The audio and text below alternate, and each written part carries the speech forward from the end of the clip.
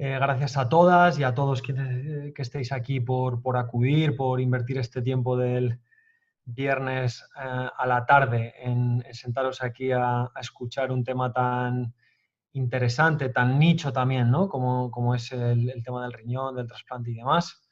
Muchas gracias a Juan, a Key Biological y a Vega Pharma también por contribuir y participar en este webinar, ¿vale? Por interesarse en una temática de este tipo y por poner sus recursos a disposición nuestra para poder hacer este webinar.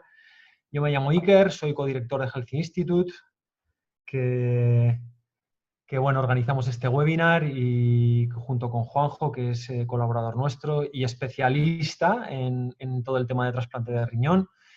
A Juanjo algunos le conoceréis ya porque he impartido varios webinars, varias ponencias, es fisioterapeuta, es experto en psiconeuroinmunología clínica y quizá algo tan importante como su formación es su experiencia propia, ¿no? Que es una persona que ha vivido en carnes propias el trasplante de riñón. Ya veis que hay desde 1998.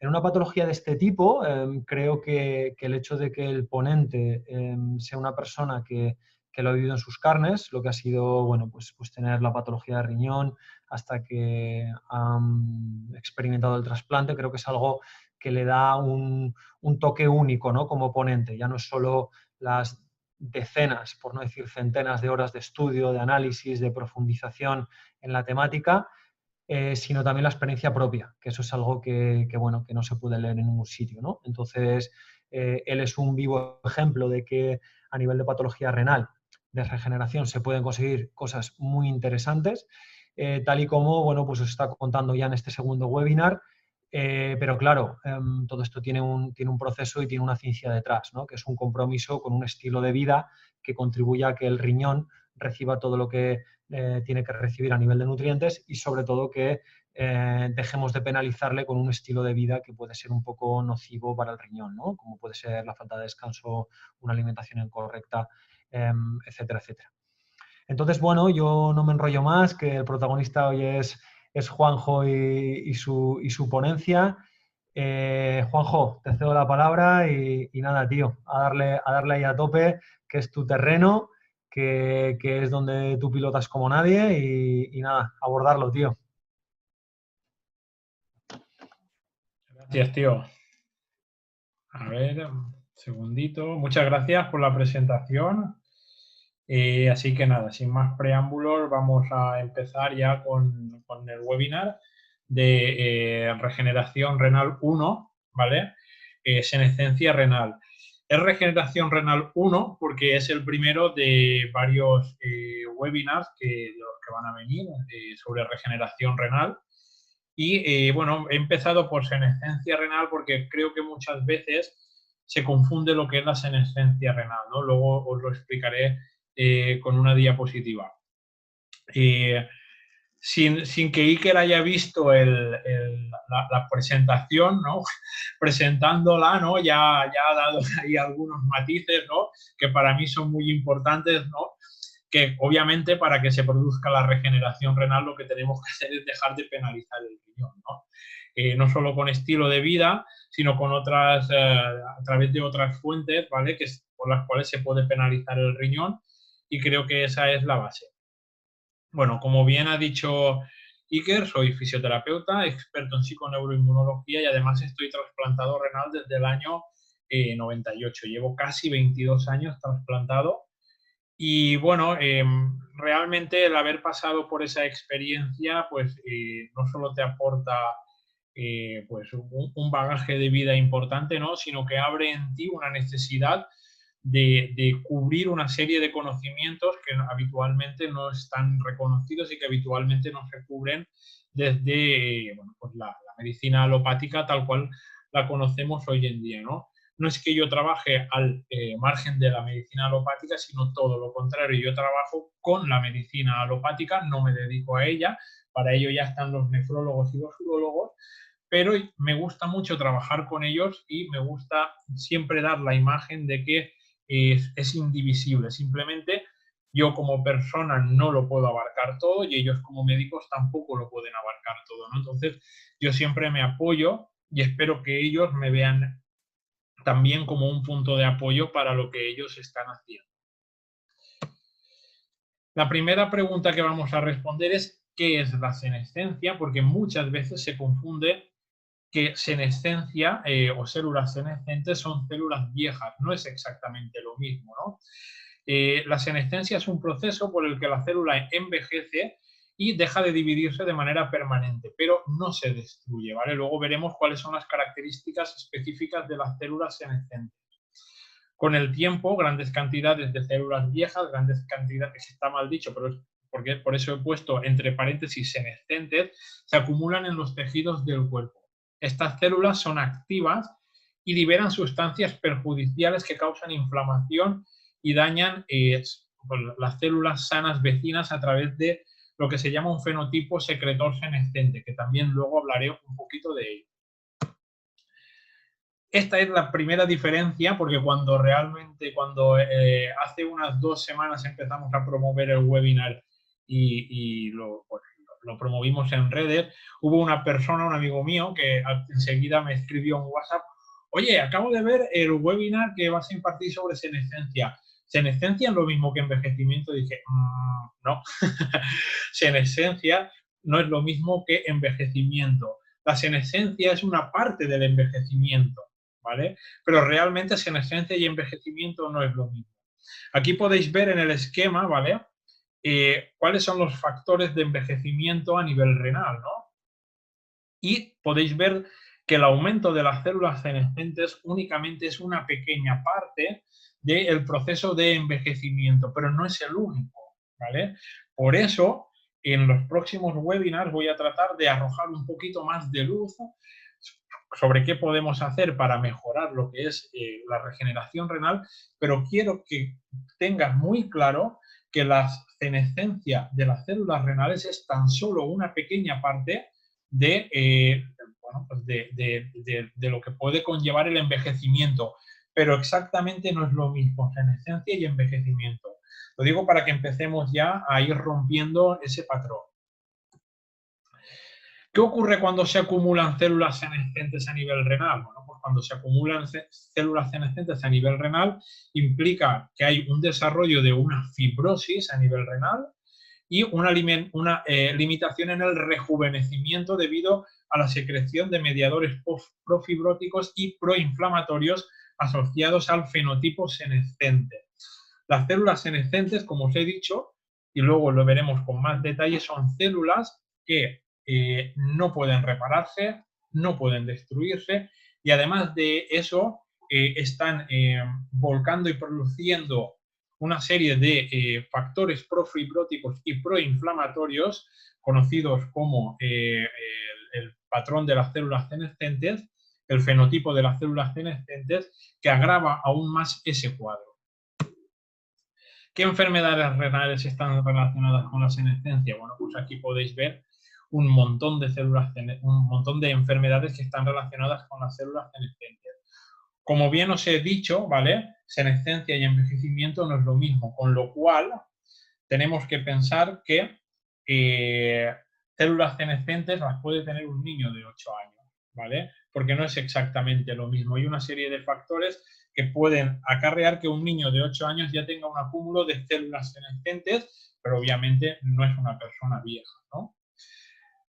¿Qué enfermedades están relacionadas? Bueno, pues como podéis ver, hay una serie de factores que luego abordaremos con un poquito más de detalle, ¿no?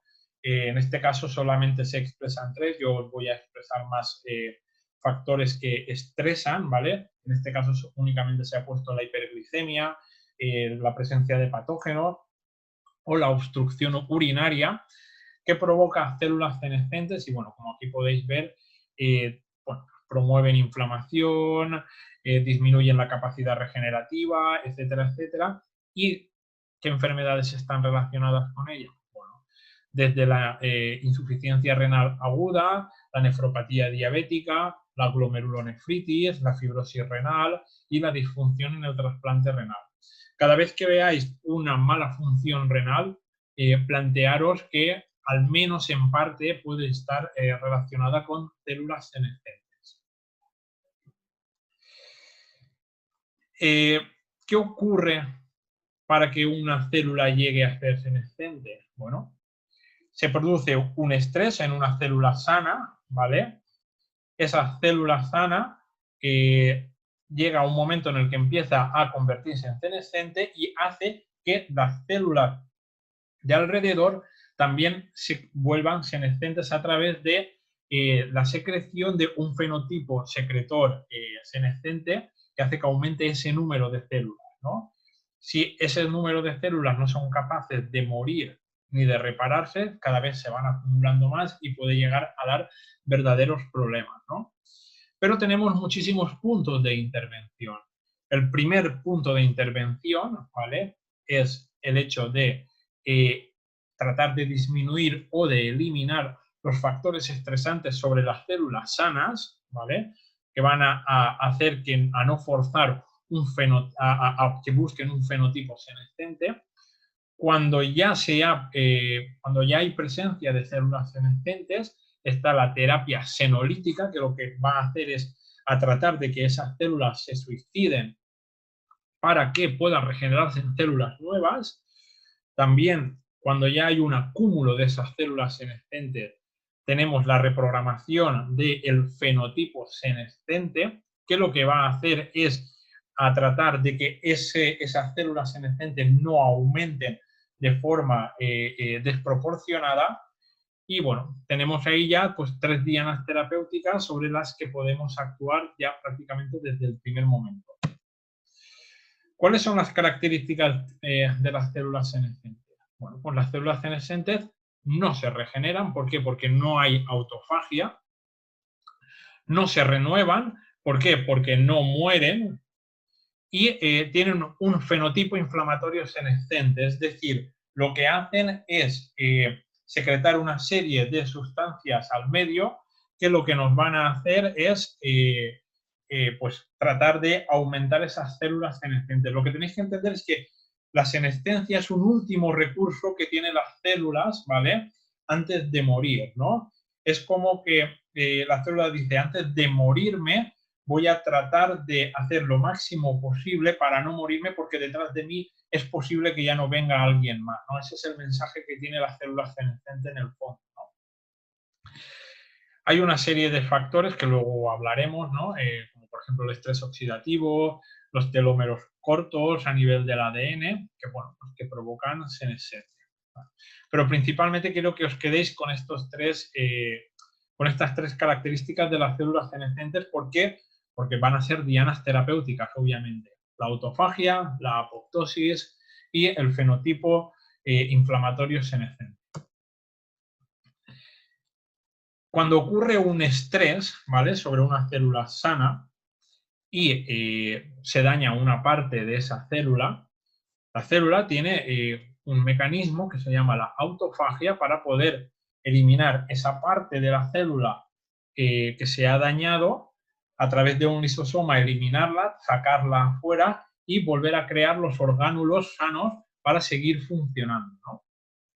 Si esto no ocurre, está la apoptosis, ¿no? La apoptosis o la muerte celular programada, que lo que hace es que la célula llega a un punto en el que ve que es inviable, entonces se muere, se suicida para dejar paso a células sanas, ¿no? Y son mecanismos de defensa del sistema inmunológico para tratar de que esa célula no llegue nunca a malignizarse y no llegue nunca a ser una célula senescente que, aparte de ser afuncional, es una célula que bueno, pues tiene una serie de características que realmente no acompañan a la funcionalidad del órgano, ¿no?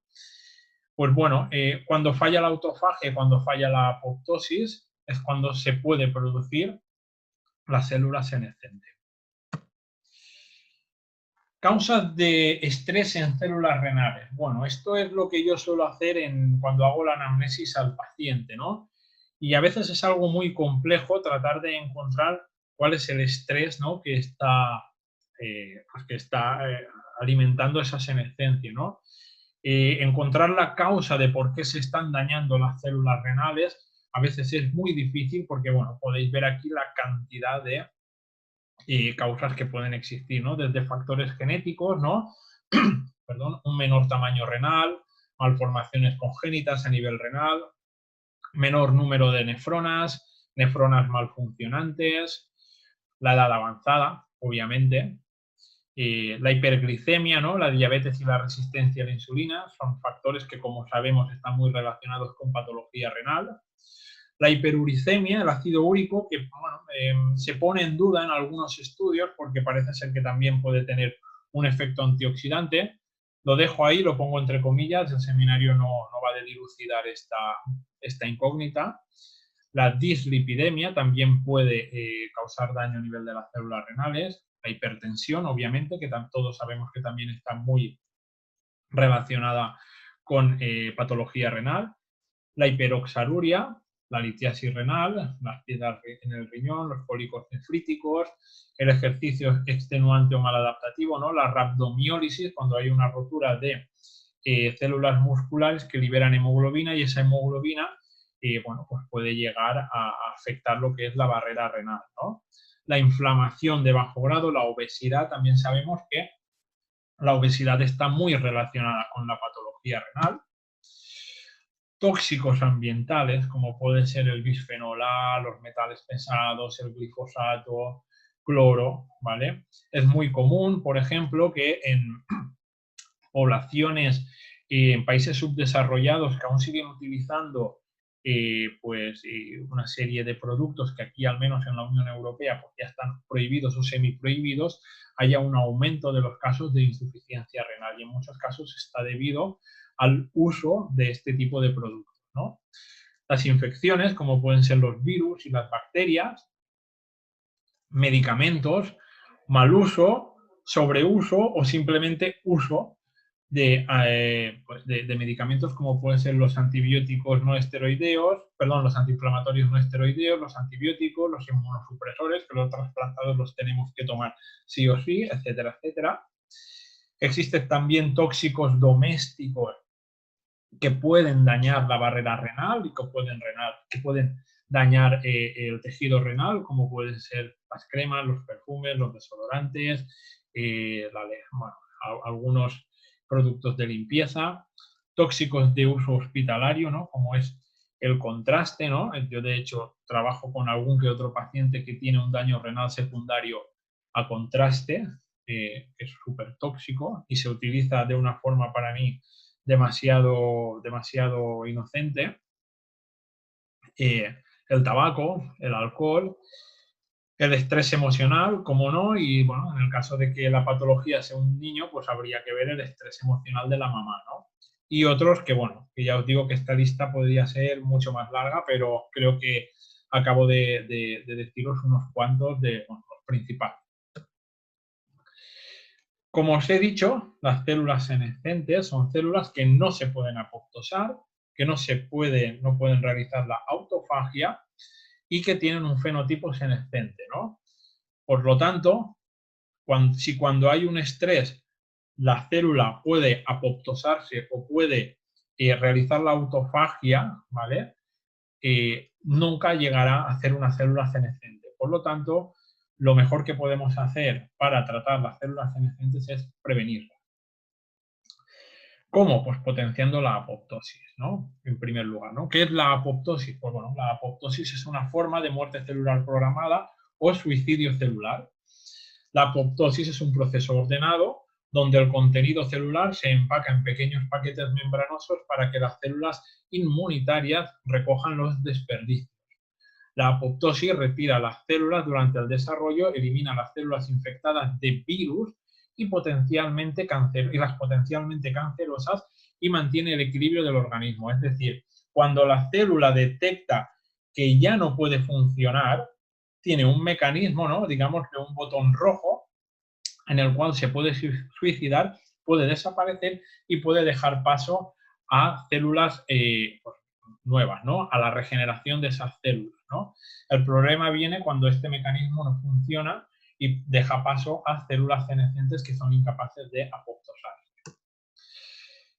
Bueno, para que veáis lo que es la apoptosis, ¿no? Al final lo que sucede es que la célula rompe la membrana y es fagocitada por un fagocito, ¿no?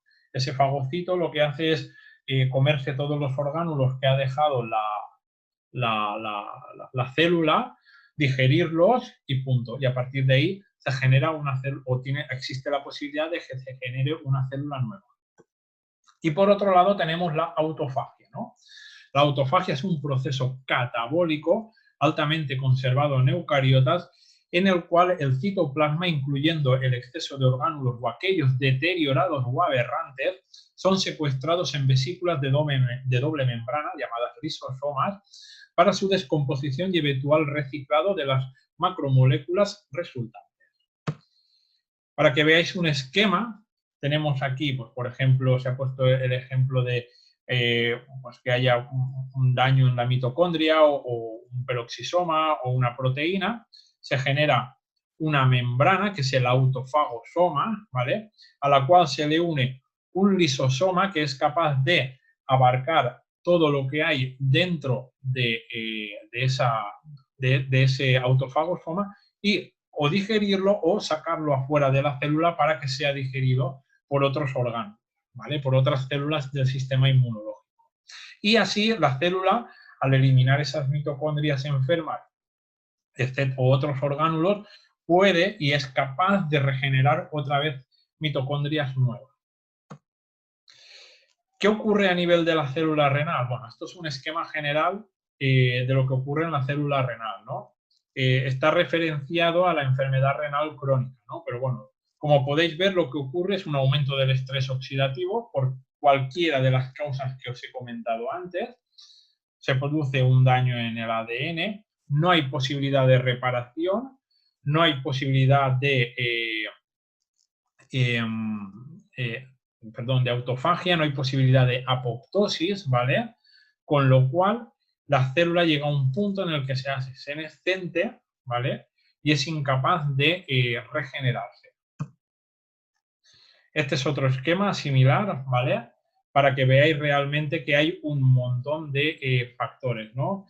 Desde el daño en el ADN, mutaciones oncogénicas, problemas metabólicos, estrés proteotóxico, etcétera, etcétera, que pueden llegar a, bueno, pues a las células, a las células renales a volverse senescentes y no pueden ni repararse ni apoptosarse. Y por último, explicaros un poco qué es el fenotipo senescente, ¿no? El fenotipo senescente lo que hace es liberar al medio una serie de citoquinas proinflamatorias, como pueden ser la interleucina 1A, 1-alfa, ¿vale? 1-beta, interleucina 6, muy conocida, ¿vale? Algunas quimioquinas como la interleucina 8 o factores de crecimiento, ¿no? Que lo que hacen es, bueno, pues aumentar aún más pues la inflamación en dicha zona y tratar de crear aún más células senescentes. Nos volvemos otra vez a los puntos de intervención terapéutica porque nos vamos ya a meter en ellos y vamos a ver qué es lo que podemos hacer, ¿no?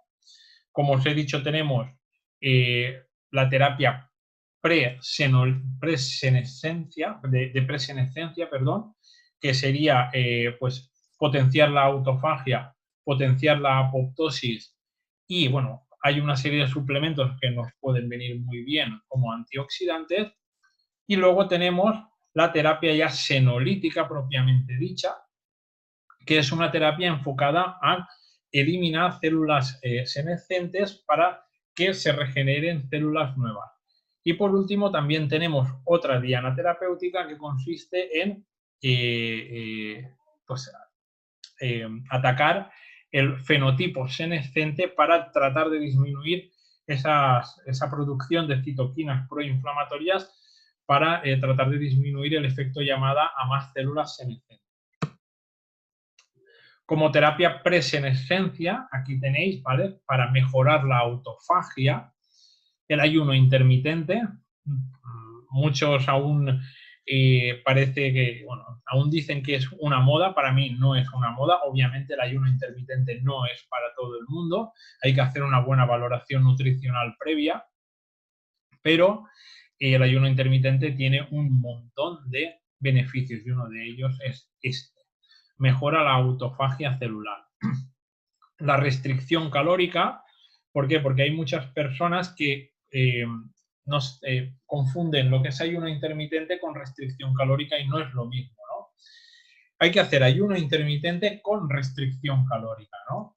Es decir, hay gente que hace ayuno intermitente pero sin restricción calórica, es decir, se come lo mismo que se comía en 4 comidas, se lo come en 2, ¿vale? Y realmente no estás haciendo realmente bien el ayuno intermitente. Por eso debes de asesorarte muy bien a la hora de tratar de mejorar los mecanismos de autofagia, ¿no? Ayuno intermitente, restricción calórica, exposición al frío, muy conocido el método Wim Hof. Es posible que haya gente que lo haya probado, a gente que no lo ha probado, pero bueno, funciona muy bien para mejorar la autofagia. Ejercicios de hipoxia, ejercicio no extenuante de forma celular, bueno, es uno de los beneficios del ejercicio, ¿no? Mejorar la autofagia, ya que mejora la calidad de todas las células. Mejorar la resistencia a la insulina, también nos va a hacer mejorar la autofagia. Hacer una alimentación en una baja carga glucémica y, bueno, tratar de mejorar pues, todo lo que es la entrada de glucosa dentro de la célula, que hay un montón de mecanismos y un montón de dianas terapéuticas que podemos hacer. Y, como no, disminuir la inflamación, ¿no? La famosa inflamación de bajo grado que inhibe la autofagia, ¿no? Mejorar la apoptosis, ¿vale? Que se puede hacer casi con los mismos mecanismos que para mejorar la autofagia, ¿vale? Y obviamente, y esto es lo difícil, localizar y eliminar el estresor, ¿no? De todos los que os he dicho, hay que tratar de buscar un estilo de vida, ¿vale? Lo ideal sería, nunca, cuando hay una lesión renal, nunca suele haber únicamente un estresor, sino que suele ser la suma de diferentes estresores. Por tanto, tratar de buscar cuáles son esos mecanismos estresores que el paciente tome conciencia y trate de eliminarlos, ¿vale? Pues es el paso A, ¿vale? El paso 1 para tratar de mejorar todo lo que es la función renal, ¿no? Y bueno, esto es un esquema de cómo funciona la autofagia, ¿no? Ya os he dicho los factores que promueven la autofagia y, bueno, pues mejoran la autofagia porque activan una ruta metabólica que es la AMP quinasa, ¿vale? Que lo que hace es, bueno, pues mejorar, activar la biogénesis mitocondrial y activar la autofagia, ¿no? En cambio, si no hacemos esto de una forma correcta, ¿no? Activamos otra vía metabólica que es la mTOR, ¿vale? Que es justamente todo lo contrario, ¿no? También es verdad que el equilibrio, ¿vale? Y podéis encontrar muchísima información sobre esto, ¿vale? No es que haya una ruta, no es que siempre esté AMPK o mTOR, sino que lo ideal siempre es buscar el equilibrio, ¿no? ¿Por qué? Porque, por ejemplo, cuando yo hago ejercicio, si quiero aumentar mi masa muscular, obviamente tendré que activar mTOR, ¿no? O sea que es complejo, ¿no?, de explicarlo en un seminario así breve, la relación que tienen AMPK y mTOR, pero no todo es AMPK y no todo es mTOR, ¿no? Sino que hay que buscar un poco el equilibrio. Una de las sustancias que uno de los suplementos que promueven tanto la apoptosis como la autofagia es el omega 3, ¿vale? El DHA, contenido dentro del omega 3, promueve la vía del AMP quinasa, ¿vale? La ruta metabólica. Con ello hay una disminución de mTOR y hay una promoción de la autofagia. Y directamente el DHA lo que promueve es la apoptosis de las células para que se suiciden y dejen paso a células sanas y rejuvenecidas. Aquí tenéis el omega 3 que utiliza el de Vega Pharma, ¿no? Para mí es un omega 3 de muchísima calidad, muy potente. Con 2 cápsulas se pueden conseguir 2 gramos al día. Y, bueno, además tiene un precio muy económico y que funciona muy, muy, muy bien. Muy, muy, muy recomendable. Y, como os decía, ¿vale? No todo es factores antiapoptóticos y factores proapoptóticos, o no todo es proautofagia o antiautofagia, ¿no? Hay que buscar el equilibrio, ¿no? Por eso siempre recomiendo ponerse en manos de especialistas de la salud integrativa, porque esto a veces no es fácil. Hay que encontrar el equilibrio entre ambas. Otro de los factores que alteran la apoptosis celular y la autofagia es las infecciones virales, ¿no? Tenemos virus que lo que hacen es bloquear a las células para que no puedan suicidarse. Entre estos virus, bueno, pues tenemos el virus Epstein-Barr, ¿vale? O el adenovirus, ¿no? Son virus que una vez que inoculan las células, alteran el sistema inmunológico celular y pues evitan y no dejan que esa célula pueda apoptosarse, con lo cual está aumentando el riesgo de que esa célula a largo plazo se vuelva senescente, ¿no?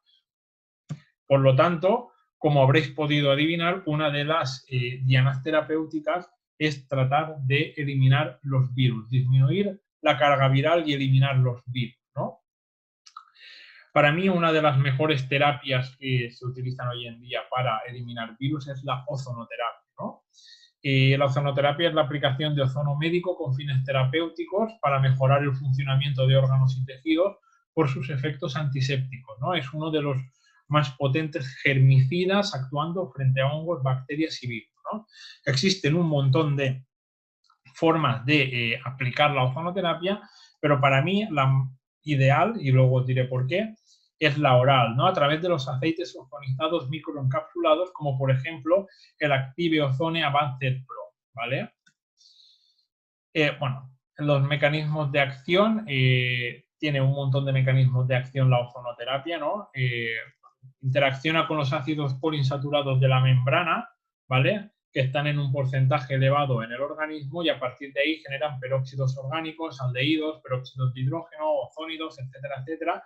Y como podéis ver, pues tienen un montón de beneficios como la mejora del metabolismo del oxígeno, modula el estrés oxidativo, modula el sistema inmunológico, interviene en la síntesis y liberación de autocoides, regula el metabolismo y el efecto germicida, que es el que a mí me gusta y por eso os estoy hablando ahora de él, y el efecto antiagregante plaquetario. ¿Por qué aceite ozonizado microencapsulado? Bueno, pues porque tiene la misma efectividad que otros métodos de administración de ozono. No es invasivo, como por ejemplo la autohemoterapia mayor, que consiste en sacarte un poco de sangre, aplicar ozono y volverte a poner la sangre, ¿no? Realmente, pues bueno, si lo puedes evitar, pues mejor, ¿no? No es doloroso porque no es invasivo, no genera estrés emocional, ¿no? Es decir, hay gente que, bueno, pues el hecho de que la pinchen o de tener una aguja, pues no le genera estrés, pero hay gente que sí, ¿no? Y bueno, además se lo puede autoadministrar, ¿no? El paciente es el mismo que se lo administra, con lo cual no tiene que perder tiempo en desplazamiento a ningún centro médico ni a ningún centro donde se lo tengan que administrar y es económico. Comparado con otros métodos de administración del ozono, es económico. Os pongo un caso tratado en nuestra clínica de una insuficiencia renal de causa vírica tratada con ozono y otros suplementos para que veáis realmente la efectividad, ¿no? En mayo de 2019 se presenta este paciente. En mayo de 2019, al hacer el anamnesis en mayo de 2019 y secundario a la toma de ibuprofeno durante 15 días, el paciente es un paciente de 36 años sin antecedentes y se le diagnostica una insuficiencia renal de progresión rápida, ¿no? Además, se le diagnostica una glomerulonefritis primaria, una hipertensión secundaria y el tratamiento en el hospital que le dieron en aquel momento fue con amlodipino, olmartán y furosemida. La primera visita, la primera vez que yo lo veo, es en septiembre del 2019, con una analítica, bueno, pues ya una función renal alterada, con una creatinina de 2,68 y una urea en 126. Le propongo el cambio en el estilo de vida y aparte, bueno, pues trazo una estrategia que, bueno, pues la hipótesis sobre la que trabajaba era una intoxicación por ibuprofeno, un daño renal por ibuprofeno, con lo cual, pues bueno, trato de mejorar pues todo lo que es el intestino y tratar de limpiar todo porque creía que ya tenía una lesión renal instaurada, ¿no? Entonces, bueno, le doy glutamina, probióticos, vitamina B, vitamina D, melatonina y enzimas digestivas, ¿no? En la siguiente visita, pues bueno, había empeorado muchísimo la función renal, una creatinina en 3,63 y una urea en 2,29. Directamente ya pues descarto la anterior hipótesis porque realmente pues, me había equivocado, no era así, y ya directamente pido una analítica de virus y metales pesados en sangre, ¿no? Cuando llega el resultado de esa analítica, en diciembre de 2019, el paciente tiene una homocisteína en 21,8 y, bueno, anticuerpos positivos, ¿vale? Para Epstein-Barr, sobre todo para citomegalovirus y para el herpes simple, ¿vale? Además, le salieron unos niveles elevados de mercurio y arsénico. Le pedí la analítica de virus principalmente para buscar el citomegalovirus, porque encontré un estudio el cual relacionaba la toma de ibuprofeno con reactivaciones de infecciones por citomegalovirus, ¿vale? Por eso directamente, aunque pedí los otros virus, ¿vale? Pues bueno, directamente buscaba el citomegalovirus y al final se confirmó esa hipótesis, ¿no? Al final tienes que trabajar con hipótesis eficaces, ¿no? El tratamiento que le propuse en aquel momento fue ozono en ampollas, 3 ampollas durante 10 días, siempre con el estómago vacío, uno por la mañana, una a mediodía y una por la noche, antes de las comidas, 15 o 20 minutos. 2 ampollas durante 15 días y luego ya una ampolla el resto, ¿no? L-lisina, vitamina C, vitamina B y un depurativo hepático. En enero de 2020, la nueva analítica, bueno, pues como podéis ver, parece que habíamos acertado con la hipótesis, ¿no?, de trabajo. Se confirmó que era el citomegalovirus y, bueno, la creatinina bajó a 2,67 y la urea en 137. El tratamiento que sigue haciendo desde entonces es ozono, una ampolla al día, vitamina B y un depurativo hepático, ¿no? En marzo, la nueva analítica pues bueno, revela una urea de 111 y una creatina de 2,23, ¿no? Hay un daño ya renal instaurado porque ha pasado un tiempo y no se puede regenerar cuando ya hay un daño renal instaurado, pero bueno, conseguimos acertar la hipótesis de trabajo y frenar la enfermedad, ¿vale? Además, el ozono tiene un efecto también antioxidante y antiinflamatorio, ¿no?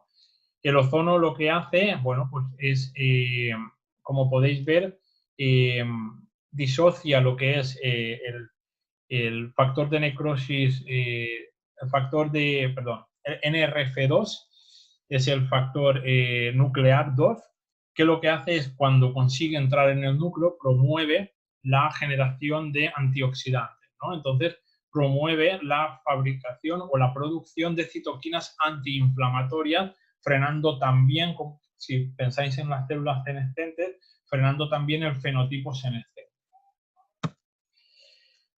Luego tenemos la terapia SASP, ¿no? La terapia SASP consiste en frenar, como os he dicho, el fenotipo senescente. Primero, marcamos el estilo de vida, promover la autofagia, promover la apoptosis y encontrar la causa. Para mí el suplemento básico es el omega 3, ¿vale? Empezamos por ahí. Una vez hemos hecho todo esto, vamos a tratar de frenar esa producción excesiva de citoquinas proinflamatorias a través de curcumina, omega 3 y vitamina D, ¿vale?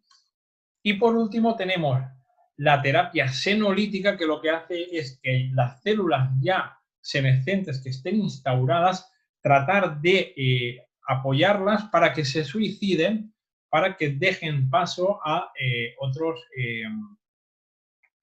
otras células nuevas y jóvenes, ¿vale? La cúrcuma, ¿vale? Como podéis ver, tiene una actividad senolítica, frena también el fenotipo secretor inflamatorio senolítico, ¿vale?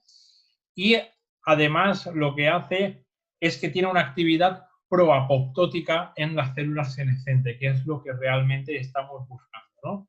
Tratar de buscar que esas células se suicide para que deje paso a otras células sanas, ¿no? La dosis que solemos recomendar está entre 200 y 400 miligramos de cúrcuma al día. Y el suplemento, para mí, el que más me gusta de cúrcuma, ¿vale? Es el Turmeric Max de Vega Pharma, porque además viene con microencapsulación liposomal, ¿no? Como sabéis, la dificultad que tiene la cúrcuma es que se absorbe muy mal a nivel intestinal. Algunos laboratorios utilizan la menta piperita para tratar de mejorar esa absorción intestinal, la pimienta negra, perdón, pero esto es mucho mejor, es tecnología del siglo XXI, que digo yo, y la absorción se multiplica casi en un 80%. Es brutal la absorción que puedes conseguir a través de el liposoma. Y la vitamina D, ¿no? Cuando hay un déficit de vitamina D, pues bueno, hay un aumento de las especies reactivas del oxígeno, hay un aumento en el daño en el ADN, hay un aumento en las células senescentes y en el fenotipo secretor senescente, que lo que hace es que disminuye la proliferación celular, ¿no? Por lo tanto, volver a recuperar niveles adecuados de vitamina D hace que las células senescentes, la promoción de células senescentes disminuya y el SAS disminuya, o sea, el fenotipo secretor que acompaña a las células senescentes, ¿no? La dosis que nosotros solemos recomendar es entre 4.000 y 8.000 unidades al día, ¿vale? Unidades internacionales, perdón. Y por último, el resveratrol, ¿vale? El resveratrol es otro suplemento que lo que nos va a hacer es a bloquear las células senescentes y promover el suicidio de esas células senescentes a través del aumento, uno, de antioxidantes como es la superóxido dismutasa y la sirtuina 1, ¿no?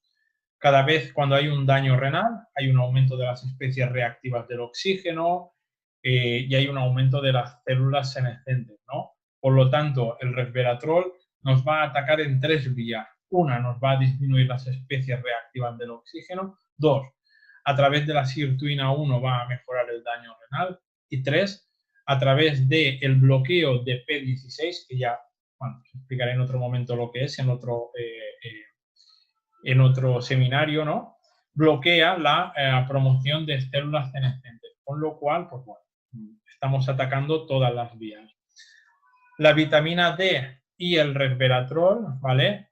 Vega Pharma está a punto de sacarlo en forma liposomal.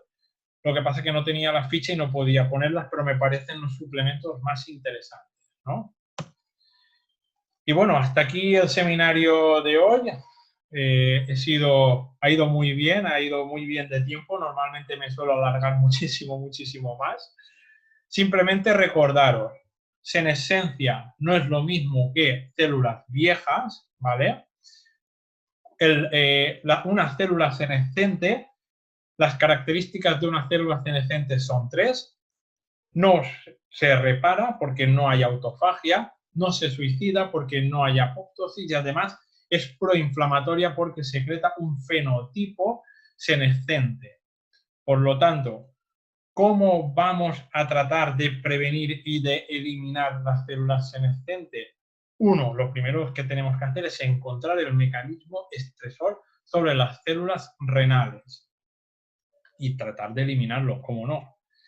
2, tenemos que mejorar mecanismos de reparación celular, como es la autofagia, a través del ayuno intermitente, a través de la restricción calórica, a través de la exposición al frío, a través de todas las herramientas que os he dado, ¿vale? Tenemos que promover que cuando una célula esté enferma se apoptose, se suicide, ¿vale? Tenemos que promover la apoptosis y luego lo que tenemos que hacer es tratar el fenotipo senescente y tratar de apoyar a la célula para que se apoptose con omega 3, aproximadamente entre 1,5 gramos y 3 gramos al día, ¿vale? con vitamina D entre 4.000 y 8.000 unidades internacionales día, con cúrcuma entre 200 miligramos y 400 miligramos al día, pero aseguraros que sea una cúrcuma liposomada para que entre en el organismo, y con resveratrol, ¿no? Con resveratrol entre 250 miligramos y 1 gramo al día. Así que, bueno, aquí os dejo mi teléfono, os dejo mi correo electrónico. Cualquier duda que queráis preguntarme, me la escribís aquí. Vamos a dar la sesión por finalizada. Espero que os haya gustado y ya os digo que en aproximadamente un mes habrá otra sesión sobre regeneración renal, porque como os he dicho al principio del seminario, la senescencia renal tan solo es una parte del envejecimiento renal. Hay mucho más que no es senescencia renal y que podemos hacer muchísimas más cosas para tratar de revertir el envejecimiento renal y para tratar de regenerar nuestros riñones cuando hay un daño renal. Hasta luego.